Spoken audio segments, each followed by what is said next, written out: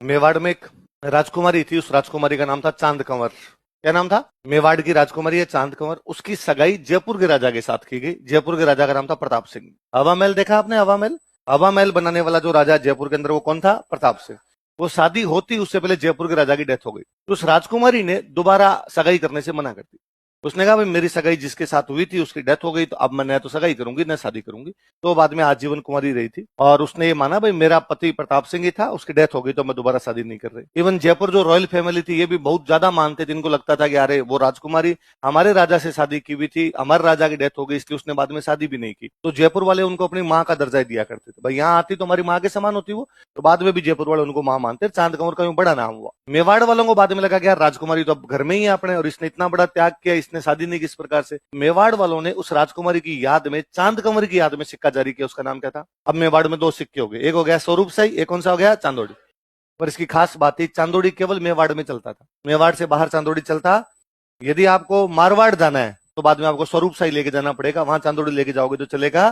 कहते हैं मेवाड़ में एक बार एक राजा थे, उनके दरबार में कोई एक कवि रहते थे, और एक दिन उन कवि ने राजा को कहा कि मैं तीर्थ यात्रा पे जाना चाहता हूँ। तो उनका हाँ जाइए। तो उनका मेरे पास रुपए नहीं। तो राजा ने वित्त मंत्री कहा कि मंत्री जी, कवि महोदय जितने पैसे मांगे उतने पैसे दीजिए, तीर्थ यात्रा करके आएंगे। वो जो वित्त मंत्री था वो कंजूस था, और उसको लगा यार फालतू में राजा तो कह देते हैं दो, क्यों दो यार, स्टेट का पैसा है। उसने क्या किया, चांदोड़ी सिक्के दे दिए। अब चांदोड़ी मेवाड़ से बाहर चलेंगे नहीं, तो मतलब आप मेवाड़ के अंदर अंदर के मंदिर घूम सकते हो, मेवाड़ से बाहर आप जा नहीं सकते। वो कवि ने रुपए लिए, गए नहीं तीर्थ यात्रा, दूसरे दिन वापस दरबार में आ गए। तो राजा ने वापस पूछा कि अरे आप तीर्थ यात्रा पे नहीं गए? तो उनका मुझे पैसे नहीं मिले। तुमने वित्त मंत्री की तरफ देखा, वित्त मंत्री ने कहा साहब दे दिए, मैंने तो कल ही पैसे दे दिए इनको। राजा ने वापस कवि से पूछा कि इन्होंने दे दिए? तब कवि वहां बैठे बैठे एक दोहा बोलते हैं कि चांद भाई सा चाले नहीं दूर सगा रहे देश। क्या बोला? बोलो देखे। चांद भाई सा चाले नहीं दूर सगा रहे देश।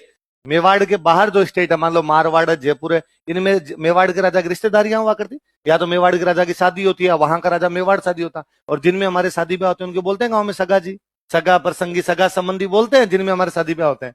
तो उसने कहा कि चांद बाई सा चालनी, अपने जो चांद बाई वाला सिक्का है वो दूसरे सगों के देश में नहीं चलता, अपने अपने देश में ही चलता है।